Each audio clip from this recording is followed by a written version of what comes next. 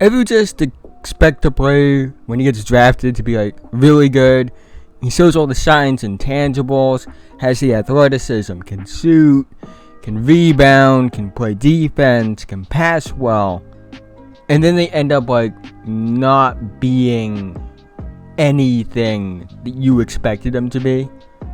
Well, I'm going to go back through every draft since 2010 and give you my biggest disappointment in each of those drafts.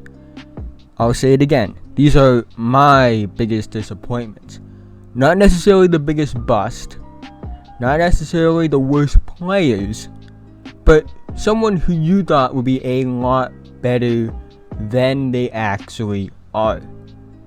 We got a lot of draft classes to cover. So let's get right into the video. And cue that intro.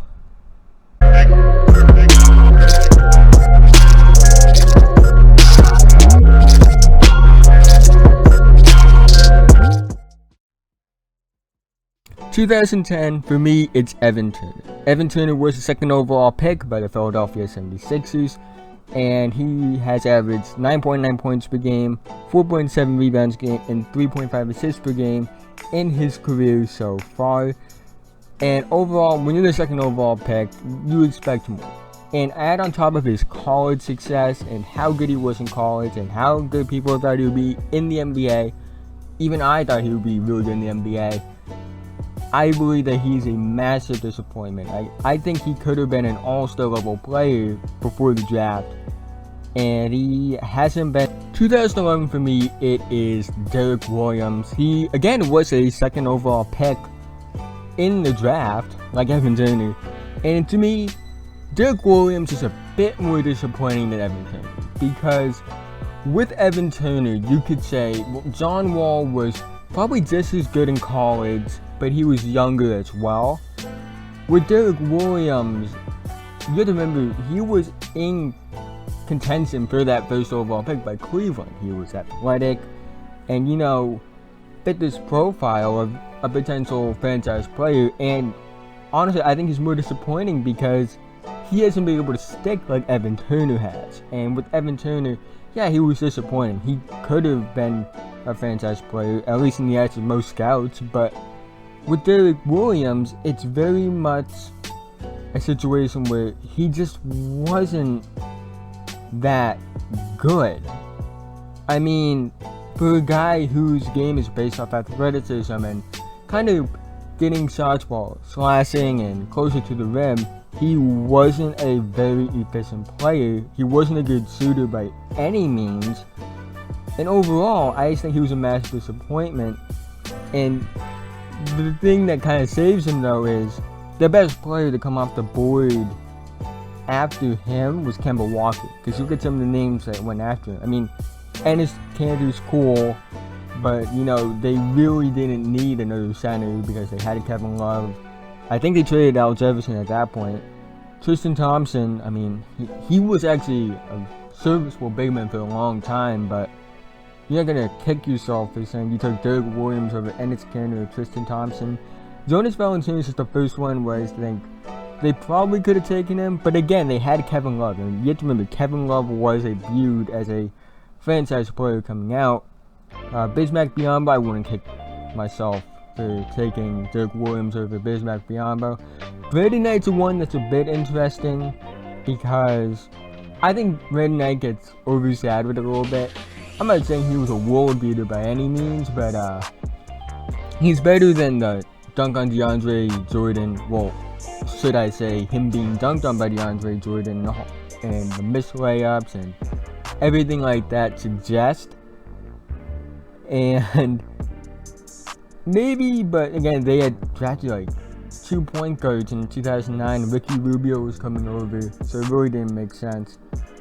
But overall, I think it's a disappointing pick. And I mentioned the names that went after him, but I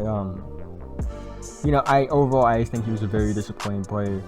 Even if say Kwame Brown, Anthony Bennett, Adam Morrison, and what's the bust name? Andrea Bargnani. Even if they all went after him, I still would probably say he's the most 2012 for me, it's Harrison Barnes. And the thing about Harrison Barnes for me is, I don't think he was a bad player. You know, he was a solid contributor for the Golden State Warriors. You know, he was what he needed to be when you're playing with two of the best shooters of all time and a versatile power forward. He was who he needed to be. He was a spot-up shooter, and, you know, he did his job, and he mostly did it well, except for the 2016 NBA Finals. He was atrocious, but I'm not going to put too much blame on him for losing that series because Harrison Barnes is not the deciding factor in that series. I'll be the first to tell you that. But then he goes on to Dallas, and, you know, his production goes up a little bit. He remains around a 45 to 47% shooter from the field. Averages 19.2 points a game his first year, 18.9 points per game the next season, and, you know, he actually is a player I think Sacramento would want to keep because he did get traded to Sacramento in the middle of the game. It was rather cold-blooded, and he is a very solid player, but I think you have to understand the context behind a player like Harrison Barnes. Harrison Barnes was viewed as a potential top 3 or 4 pick going into this draft. He didn't. He ended up falling to the Warriors at 7, but he came out as a sophomore, and to understand it, you need to understand, ESPN ranked him as the number 1 player coming out of high school in a class with guys like Kyrie Irving, okay? Had he come out after his freshman year, there are many that believe he could have gone in that top 3, top 4, and he decided to come back to contend for a national title. Hurt his draft stock a little bit, guaranteed top 3 pick in 2011, goes 7th overall in 2012. But you have to understand that he was a player that was viewed to have sort of star potential, and he's just been very solid in his career. Now, I have a theory that Harrison Barnes' numbers would look a lot better had he been drafted, say, by the Bobcats, or had he been drafted by Cleveland or Sacramento. But at the same time, I wonder if it's just empty production or whatever it is, but I think being on the Warriors really showed him what he really is as a player and what he can be on a team that really wants to contend. Is he's a guy who gets around 10 points per game, which isn't a bad thing by any means, and it's something that I wouldn't say he sucks. He's not a player that sucks, right, by any means, but at the same time, when you're a player that was viewed to have somewhat superstar potential coming out of college, coming out of North Carolina, one of the most prestigious colleges in the country, and you're a player that puts up good stats on meh to bad teams and puts up pretty mediocre numbers on a good team, I think you're a disappointment. And he was to me, because I was really high on Harrison Barnes when he was coming out of North Carolina. 2013, I'm going to go with Trey Burke. Trey Burke was the 9th overall pick by the Minnesota Timberwolves, but he was traded to the Utah Jazz. And for me, if you watched Trey Burke in college, you know how good he could be. I mean, he was a beast at Michigan. He led them to the national title game. By the way, that was a clean block. That was not a goaltend. Michigan got screwed over. And for me, why he's so disappointing is, yeah, he went 9th overall, but there were talks about Trey Burke being the 1st overall pick. And it mostly started after Marcus Smart, who, surprisingly enough, if you never knew this about Marcus Smart was viewed as the 1st overall pick in 2013, but he decided to come back for his sophomore year. Yeah, it's a real thing. And the thing is, there were stories about like Orlando, who had a 2nd overall pick, being heartbroken that Marcus Smart went back to school for his sophomore year because they really wanted to take Marcus Smart 2nd overall, and you know, that's kind of a cool what if we ever want to talk about that. But Trey Burke, yeah, he's been really disappointing. I mean, he averaged almost 13 points a game and 6 assists per game as a rookie, but he was atrocious from the field. And, you know, overall, someone that was viewed as a potential first overall pick, even in a weak draft class, it kind of goes so that it's really disappointing. But also, again, my personal opinion and what I thought of him coming out of college and what I thought he could be, I just think he's really been a big time disappointment in the NBA. We all knew this one was coming. You had to know it's coming because it's 2014 and it's Andrew Wiggins' turn. I think everyone would say Andrew Wiggins is the most disappointing player from this draft class. He's my most disappointing player from this draft class. He's one of the most disappointing players of all time. And it stems from the fact that he has the talent to be great. Is he great right now? Does Aaron Donald not know how to play football? That's basically what you're saying.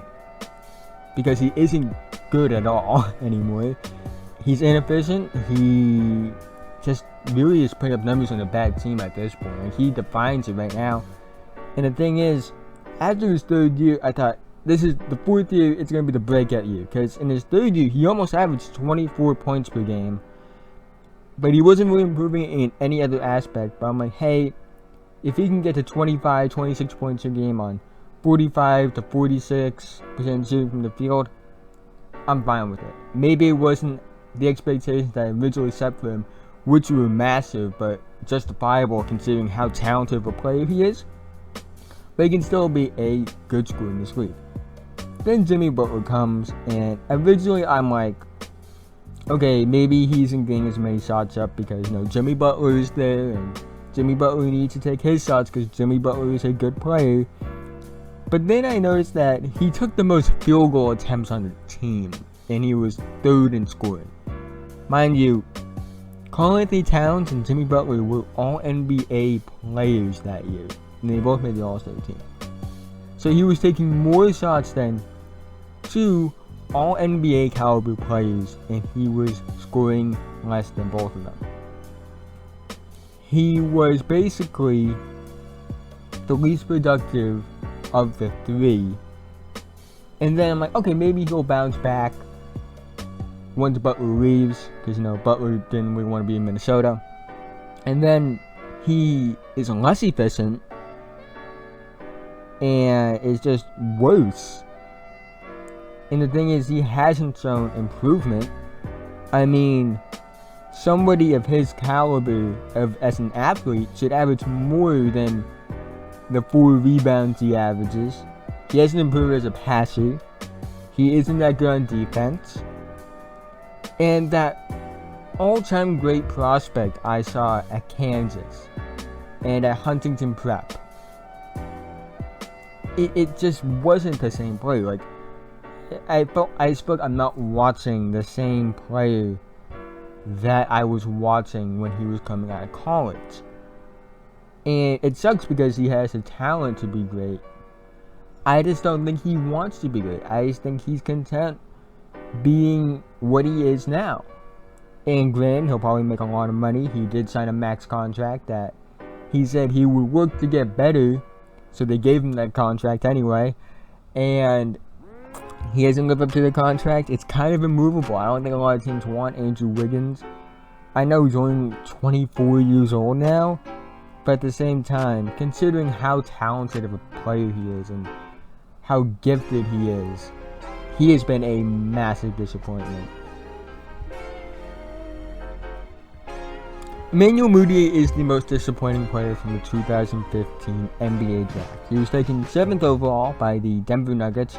He actually played in China for 1 year, kind of like what RJ Hampton is doing now, but RJ Hampton's doing it in New Zealand. LaMelo Ball is doing it as well in New Zealand, so.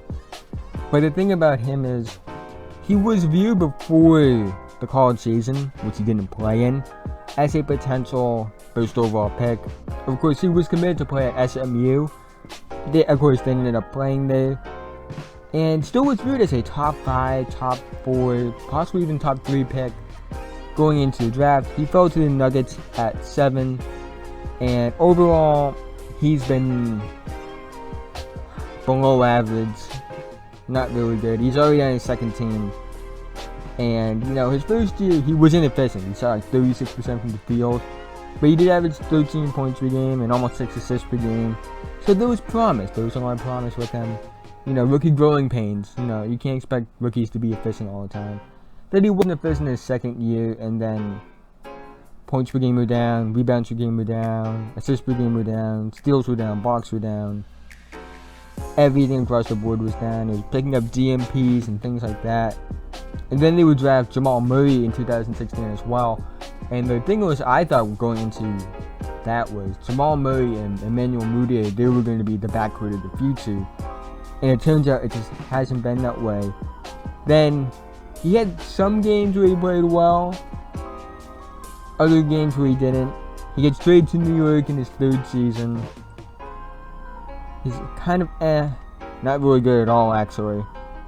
And then he actually was kind of solid this year in New York. He's going to be playing for the Utah Jazz this year, so that's his third team in 4 years.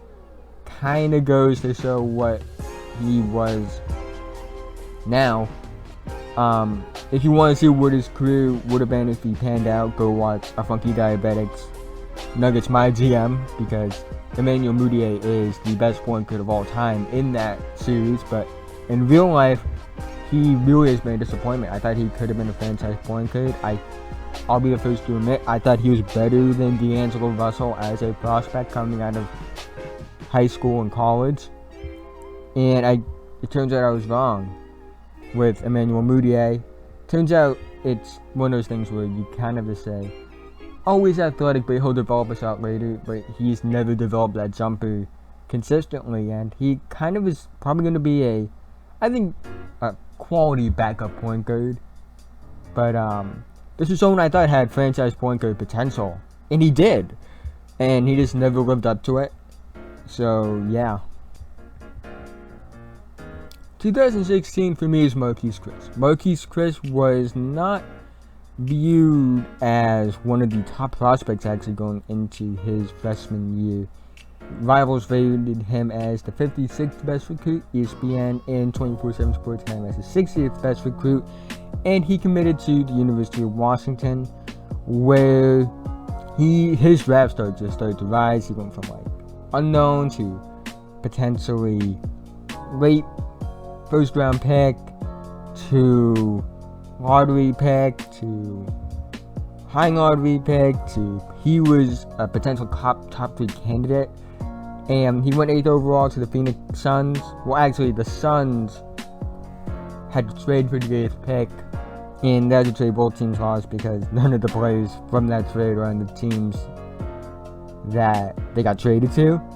But as a rookie, he averaged 9.2 points per game, 4.2 rebounds per game, and 21.3 minutes per game. It was his best season as a pro. His stats went down his second season, minus his rebounds went up. And then his third season, he got traded to the Houston Rockets. Then got traded to Cleveland, and currently I think he's a free agent. Yeah, he's a free agent. So he kind of fizzled out of the league rather quickly. And he's like Derrick Williams, where he's this athletic specimen. Now, I don't think he was a better prospect than Derrick Williams. I think Derrick Williams was a better prospect, but it's kind of the same thing where they're these athletic guys that, they dunk, they pick and roll, and have really high ceilings as players, but very, very low floors. Like, his ceiling, we're talking like all-star. His floor is where he is now, which is out of the league, because he really just doesn't do anything spectacular to make him stick. Doesn't really shoot the ball well, like what you kind of need to do in today's NBA as a power forward. But yeah, he overall was very disappointing. I thought he was a lot better. Like, I thought the Phoenix Suns should have taken him 4th overall instead of Dragon Bender. But he's out of the league now, so I guess I was very, very wrong. For 2017, in my personal opinion, it's Josh Jackson. Let me tell you how high I was on Josh Jackson as a prospect. I thought he was the best small forward in the draft. Yes, better than Jayson Tatum. I thought he was the second best player in the draft behind Markelle Fultz, who I'm not going to say is the most disappointing because there's a real reason why Markelle Fultz hasn't been as good as he should be, and it's injuries, and those are kind of unpreventable. With Josh Jackson, I thought he was a blue chipper, which means a franchise level player. I thought that he should have gone second or third overall in the draft.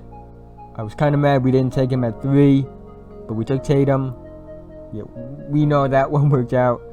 His first year, he was inefficient, but he showed promise.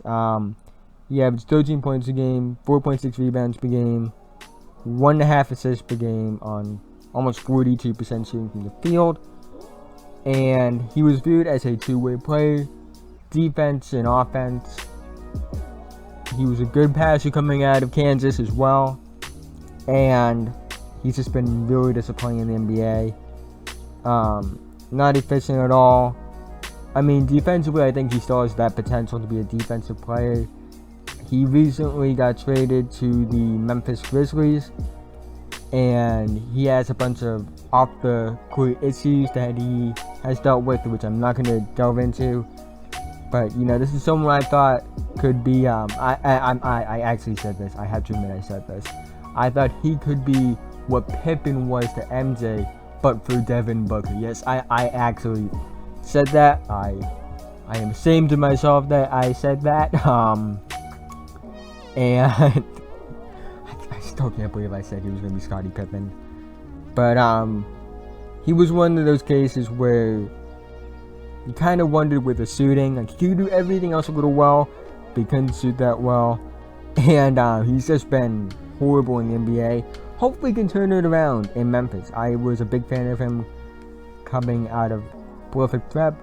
And, you know, I want to see him do well. But right now he's just been really disappointing. Because I thought he would be a franchise player. Or at least a Scottie Pippen kind of player. Where he's the second guy to the main scoring option like Devin Booker. And I predicted he would average like 18 points per game as a rookie. I predicted he could be a 20-point per game scorer in the NBA. And well, he's actually been none of that in the NBA.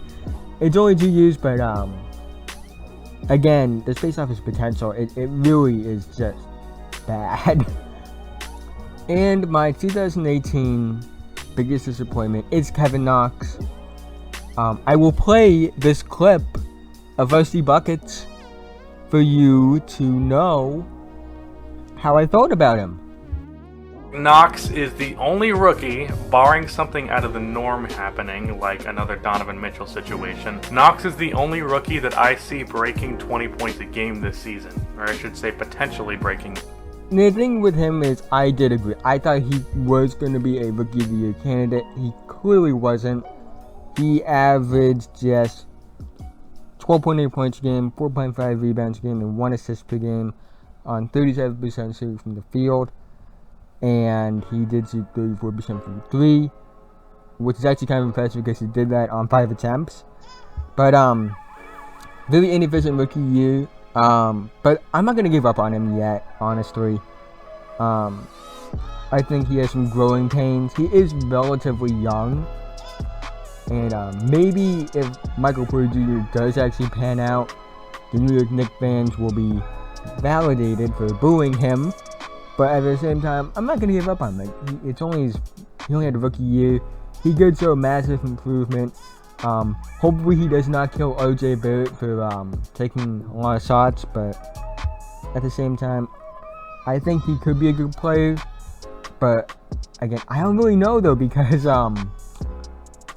RJ Barrett will take a lot of shots, and I don't know how that dynamic is exactly gonna work.